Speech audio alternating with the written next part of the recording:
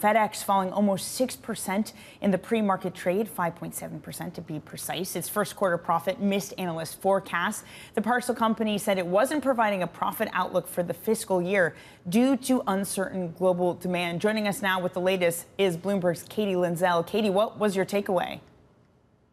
So really looking at FedEx, there are sort of two interesting takeaways that we have here. Firstly, the forecast really not being what analysts were expecting. So disappointment there. We can point to sort of softer demand for packages, a sort of weaker US consumer.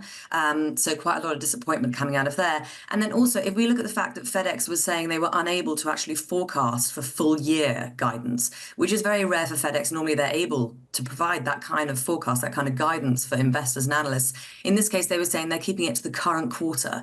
So that really gives us a feel for how, for many businesses trying to operate in this kind of trade environment, the kind of uncertainty around tariffs, it's very difficult to kind of strategize going forward. So that was very useful, I think, for us all to see. Well, to that point, Katie, is FedEx a bellwether at this point for businesses trying to navigate this environment? I think it's useful to look at the company in that kind of context. Yes, FedEx has a huge range of clients, looking from manufacturers through to consumer goods companies and retailers. So really, they're able to get a gauge on not just the sentiment coming from other businesses, but also from the consumer, which is really useful. Also, their most profitable trade route, or the most profitable part of their business, is looking at that profitable trade route from US to China. And that is very, very important for them. They were able to report that in May, they really saw a sharp deterioration in that part, and also that they don't expect volumes to pick up materially. So in that way, yeah, it's a very important company for us all to focus on in this context of tariffs.